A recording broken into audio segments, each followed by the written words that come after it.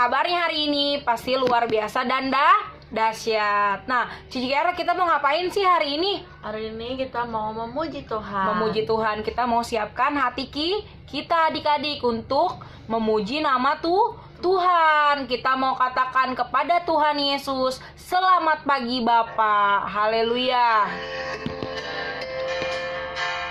Amin. Haleluya Yesus.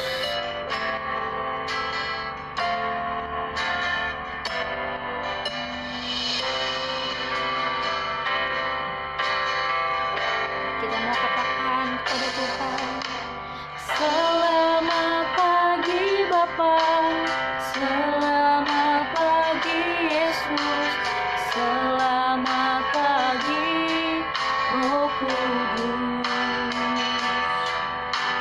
Terima kasih atas anugerah-Mu. Semalam telah berlalu, ku memuji, ku bersyukur, ku muliakan nama-Mu. Allah Bapa, Putra, Roh Kudus, terima kasih.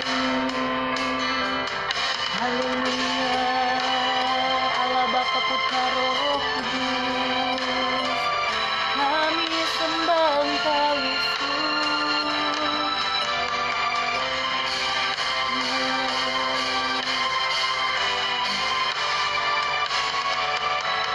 Selamat pagi Bapa, selamat pagi Yesus, selamat pagi Roh Kudus.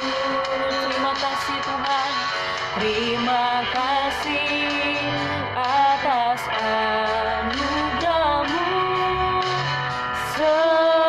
Semalam telah berlalu, ku memuji, ku bersyukur, ku muliakan. Kita mau lipat tangannya, tutup matanya adik-adik. Haleluya.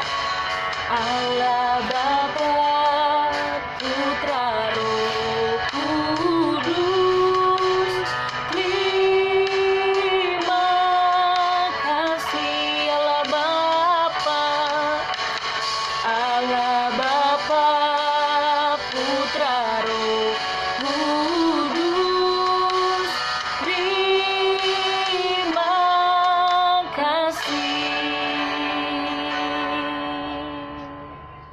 Ikutin Cici Lucy berdoa. Tuhan Yesus, terima kasih Tuhan, untuk hari ini. Tuhan Yesus, tiba saatnya Tuhan, kami ingin memuji nama Tuhan. Biarlah Tuhan Yesus, kami boleh memakai anggota tubuh kami untuk memuji nama Tuhan. Di dalam nama Tuhan Yesus. Haleluya. Amin. Laskariman pasti menang. Sekali lagi, Laskariman pasti menang. Jesus, amin. Kalau Cici Lucy bilang Yesus, Saya anaknya. kalau Cici Lucy bilang Yesus, Saya anaknya. karena kita semua adalah anaknya Tuhan Yesus. Sekali lagi coba ya. Yesus, Saya anaknya. sekali lagi Yesus, Saya anaknya. saya anaknya. Kita mau nyanyi happy ya, happy ye. Haleluya. Kita mau tepuk tangan buat Tuhan Yesus.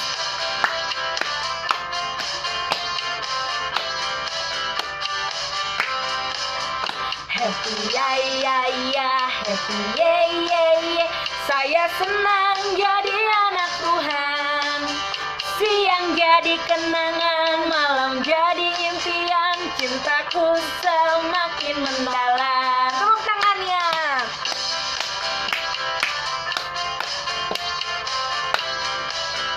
Semangat memuji Tuhan. Happy ya, happy happy yeah yeah yeah. Saya senang jadi anak Tuhan. Siang jadi kenangan, malam jadi impian, cintaku semakin mendalam. Happy yeah yeah yeah, happy yeah yeah yeah. Saya senang jadi anak Tuhan. Happy yeah yeah yeah, happy yeah yeah yeah. Saya senang jadi anak Tuhan. Siang jadi kenangan, malam jadi impian, cintaku semakin mendalam. Cintaku semakin mendalam. Yeay! Ada satu sobat kita yang setia, namanya siapa Cici Kero? Tuhan Yesus. Tuhan Yesus. Kita mau angkat pujian. Ada satu sobatku yang setia, tak pernah dia tinggalkan diriku. Di waktu aku susah, waktuku sendirian, dia selalu menemani diriku. Namanya Yesus. Namanya siapa? Namanya Yesus. Nama Yesus yang menghibur hatiku. Namanya Yesus. Amin. Namanya Yesus. Nama Yesus yang menghibur hatiku. Ada satu sobatku yang setia, tak pernah dia tinggalkan diriku. Amin. Di waktu aku susah, waktuku sendirian, dia selalu menemani diriku. Namanya siapa? Namanya Yesus. Namanya Yesus. Namanya Yesus. Amin. Nama Yesus yang menghibur hatiku. Namanya Yesus. Haleluya. Namanya Yesus. Nama Yesus yang menghibur hatiku. Namanya Yesus. Namanya Yesus. Nama Yesus yang menghibur hatiku. Amin. Namanya Yesus. Namanya Yesus. Nama Yesus yang menghibur hatiku. Nama Yesus yang menghibur hatiku. Haleluya. Nama Yesus yang menghibur hatiku. Haleluya. Tepuk tangan buat Tuhan Yesus adik-adik sekali lagi. Amin. Ayo adik-adik, kita mau masuk ke firman Tuhan. Kita mau lipat tangannya, tutup matanya. Kita mau nyanyi lagu. Terima kasih Tuhan. Amin. Haleluya Yesus.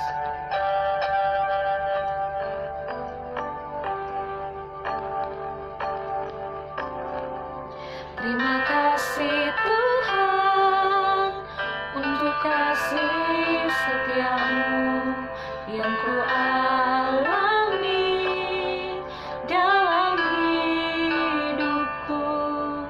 Terima kasih Yesus untuk kebaikanmu sepanjang hidupku.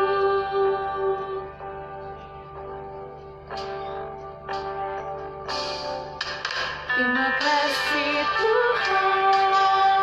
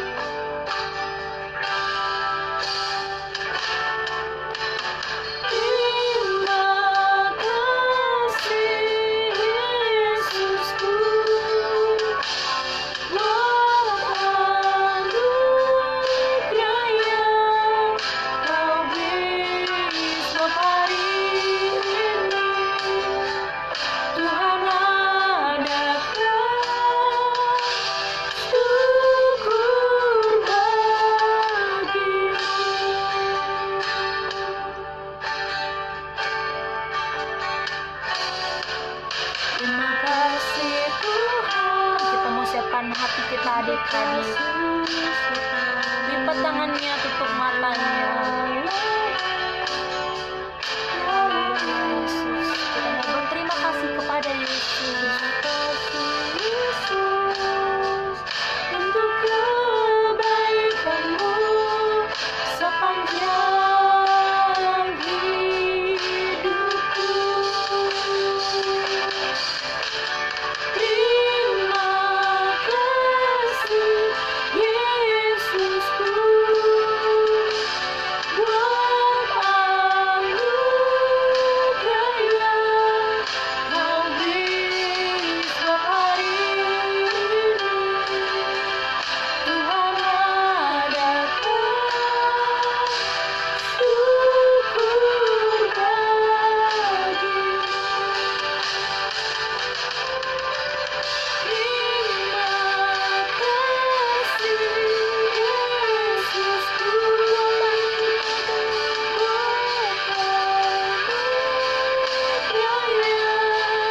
Kau beri setiap hari ini.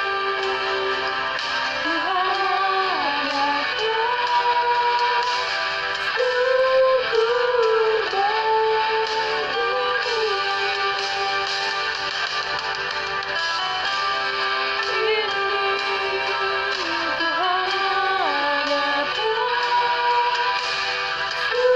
adakan syukur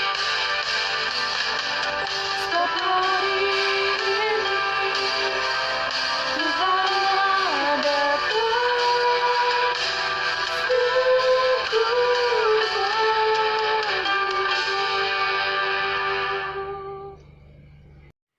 Shalom adik-adik, gimana kabarnya hari ini? Luar biasa bukan?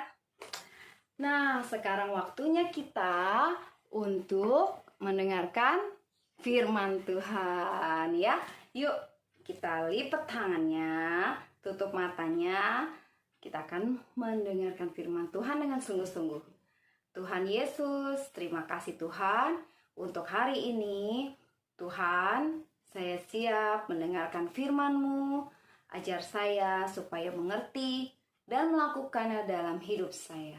Saya siap Tuhan. Haleluya. Amin. Nah, adik-adik, siapa yang kemarin ikutan Imlek? Wah, pasti dapat angpau banyak. Ya, mengucap syukur ya sama Tuhan. Dan tradisi Imlek itu harusnya kita mengerti bahwa itu adalah tradisi untuk menghormati orang tua dan mengucap syukur sama Tuhan atas semua pemberian yang Tuhan berikan buat kita, ya. Nah, kita mau mulai ya firman Tuhan kita. Siapa di sini yang masih ingat firman Tuhan minggu kemarin? Ya, betul. Ya, Cici Tasya cerita soal rutinitas dan terobosan ya. Perbedaan antara ibadahnya Penina dengan Hana. Ya, sekarang Cici Rika juga mau menceritakan satu tokoh Alkitab yang melakukan terobosan dalam beribadah. Siapa? Daud ya. Daud beserta anaknya Salomo. Apa sih yang dia lakukan dalam melakukan terobosan? Nah, kita buka ya. Ayatnya di 2 Samuel 7 ayat 2 dan 3. 2 Samuel 7 ayat 2 dan 3 ya. Berkatalah raja kepada Nabi Nathan, "Lihatlah, aku ini diam dalam rumah dari kayu aras, padahal tabut Allah diam di bawah tenda." Lalu berkatalah Nathan kepada raja, "Baik, lakukan segala sesuatu yang dikandung hatimu, sebab Tuhan menyertai engkau." Nah, adik-adik, Raja Daud, dia merasa sedih ya. Kenapa? Karena dia tinggal di sebuah rumah istana yang mewah, yang terbuat dari kayu aras ya. Kayu aras itu ciri cek di Google ya. Wah, itu kayu yang paling bagus ya. Kayu yang tahan di musim dingin. Terus kayu yang tidak bisa rusak oleh ngengat. Ya, nah, kayu itu juga bisa bertahan berpuluh-puluh tahun. Artinya istana Raja Daud itu sangat bagus karena terbuat dari kayu yang paling bagus. Nah, dia sedih. Kenapa? Karena tabut Tuhan sendiri adanya di bawah tenda, di bawah kemah ya. Tadi dibilang di sini ya, di bawah tenda atau kemah ya. Nah, dia ingin melakukan suatu terobosan. Apa sih terobosannya? Dia ingin tabut Allah, tabut Tuhan ada di satu bait Allah. Ya, ada di satu rumah, ya. Dia mau membangunnya buat tabut perjanjian Tuhan itu. Nah, adik-adik, mulia banget ya niatnya ya. Sangat tulus ya. Dia nggak mau tabut Allah itu adanya di tenda gitu, ya. Dia ingin melakukan suatu terobosan. Padahal bisa aja ya Daud itu nggak mau tahu, ya kan? Toh selama ini Tuhan nggak komplain, ya kan? Tabut perjanjian itu di tenda. Toh selama ini aku melakukan korban persembahan, Tuhan terima korban persembahan aku, ya kan? Dia kan beribadah, membuat korban persembahan sama seperti kita hari Minggu datang ke gereja. Dia Tuhan Yesus oke-oke aja. Tapi Daud tahu dia harus melakukan suatu terobosan yang terbaik buat tabut perjanjian Tuhan ya, buat Tuhan. Nah, dia bilang, saya pengen membuat suatu rumah Tuhan. Ketika rencana itu dia sampaikan kepada Nabi Nathan juga setuju ya. Dia bilang, lakukanlah apa yang kamu kehendaki, Tuhan pasti menyertai engkau. Kan itu niat yang baik, niat yang benar-benar mulia ya. Nah, ketika Tuhan mendengar itu, ya, Tuhan berkata apa? Coba yuk kita buka ayatnya. Di ayat 12. Ya. Apabila umurmu sudah genap dan engkau telah mendapat perhentian bersama-sama dengan nenek moyangmu, maka aku akan membangkitkan keturunanmu yang kemudian anak kandungmu dan aku akan mengokohkan kerajaannya. Dialah yang akan mendirikan rumah bagi namaku. Dan aku akan mengokohkan tahta kerajaannya untuk selama-lamanya. Nah, Tuhan bilang, anakmu nanti yang akan membangun rumahku, ya. Jadi Daud waktu dia udah tahu akan hal itu, ketika Tuhan menunjuk Salomo, ya, di antara beberapa anaknya, ternyata Tuhan menunjuk Salomo. Ketika Daud tahu, Daud bukannya menjadi down. Daud tetap membuat rencana-rencana bait Allah yang akan nanti Salomo kerjakan. Jadi ada dua yang terlibat dalam hal ini. Daud sebagai perencana dan Salomo sebagai pelaksana. Wah, hebat ya. Mereka berdua saling bekerja sama untuk memberikan terobosan ya buat tabut perjanjian Tuhan ya. Nah, adik-adik, ketika Daud dikasih tahu begitu, Daud langsung merencanakan segala sesuatu untuk pembangunan bait suci.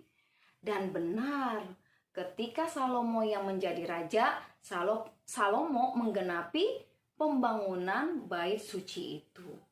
Kalian mau tahu ayatnya?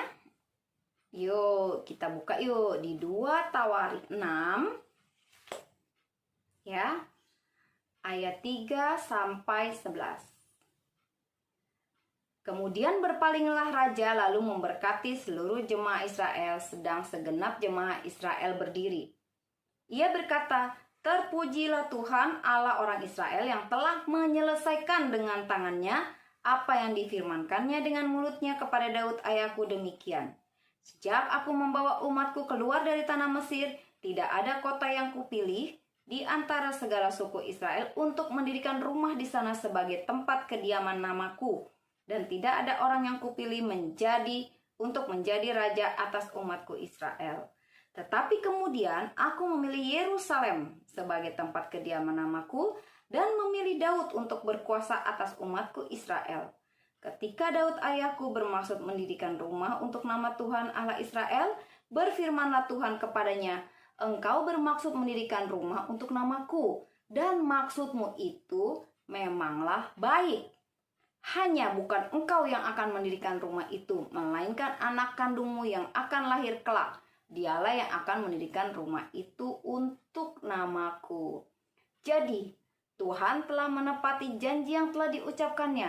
Aku telah bangkit menggantikan Daud ayahku dan telah duduk di atas tahta kerajaan Israel seperti yang difirmankan Tuhan.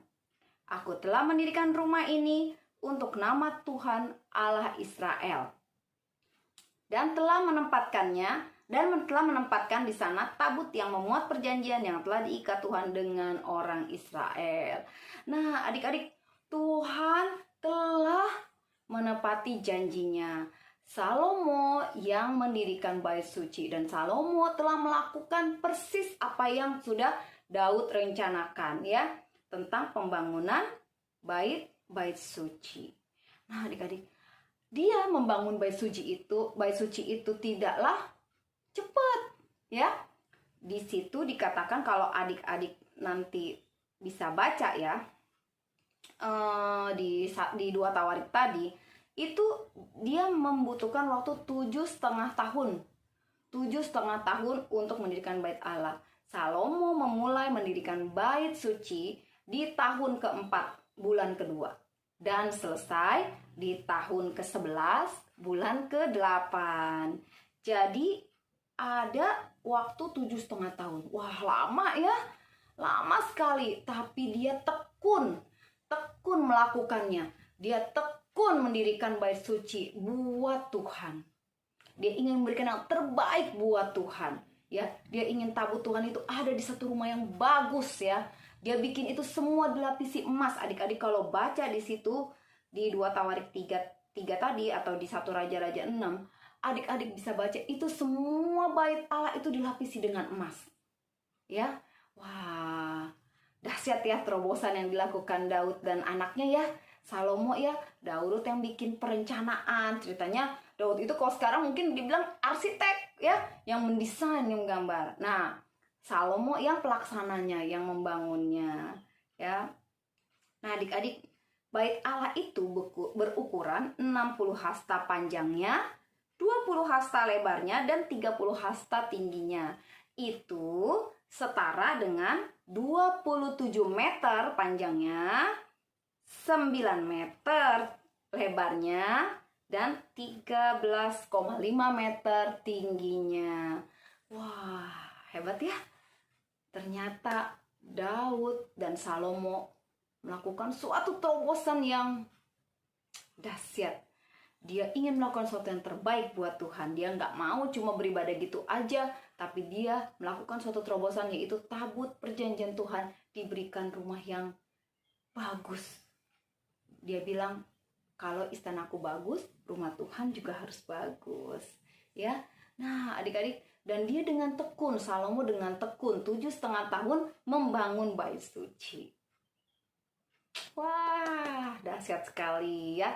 Nah, adik-adik, terobosan apa nih yang udah kita lakukan, ya? Kita kan udah setiap minggu beribadah, setiap minggu kita ke gereja, kita selalu memuji Tuhan, menyanyi buat Tuhan. Itu yang sudah dilakukan setiap minggu, mau online ataupun nanti offline, ya, atau dulu sebelum COVID kita selalu di gereja kumpul sama-sama tiap minggu. Tapi apa terobosan yang sudah adik-adik lakukan? Contoh misalnya, tiap minggu aku nggak mau datang sendiri sekarang. Aku mau ajak satu teman yang belum kenal Tuhan. Itu suatu terobosan. Terobosannya yang simpel-simpel, maksudnya yang nggak usah rumit-rumit, yang adik bisa lakukan, yang adik-adik bisa lakukan. Misalnya, kalau minggu kemarin aku nyanyinya biasa-biasa, iya enggak, sekarang aku mau bener sungguh-sungguh memuji Tuhan. Itu suatu terobosan, ya. Jadi mengubah rutinitas menjadi suatu terobosan, ya. Nah, adik-adik, kita bisa belajar, ya, dari Daud dan Salomo yang mau melakukan suatu terobosan buat Tuhan, ya. Tidak rutinitas aja, tidak dia melakukan korban persembahan aja, tapi dia mau melakukan suatu terobosan yang mulia buat Tuhan. Kita juga bisa kan? Pasti bisa. Contohnya, ya seperti aku bilang tadi, terobosan nih kalau misalnya kemarin ibadah online cuma sikat gigi, cuci muka, sekarang aku mau sebelum ibadah online aku udah mandi, udah cakep. Nah, suatu terobosan. Atau misalnya, oh kalau minggu kemarin aku nggak catat firman Tuhan, mulai sekarang aku mau catat firman Tuhan, bukuku mau aku rapikan biar aku bisa baca rangkuman dari firman Tuhan yang aku dengar, ya. Atau misalnya, oh kalau kemarin-kemarin mungkin sikapku belum mencerminkan, ya, firman yang suka aku dengar. Nah, mulai sekarang aku mau melakukan terobosan.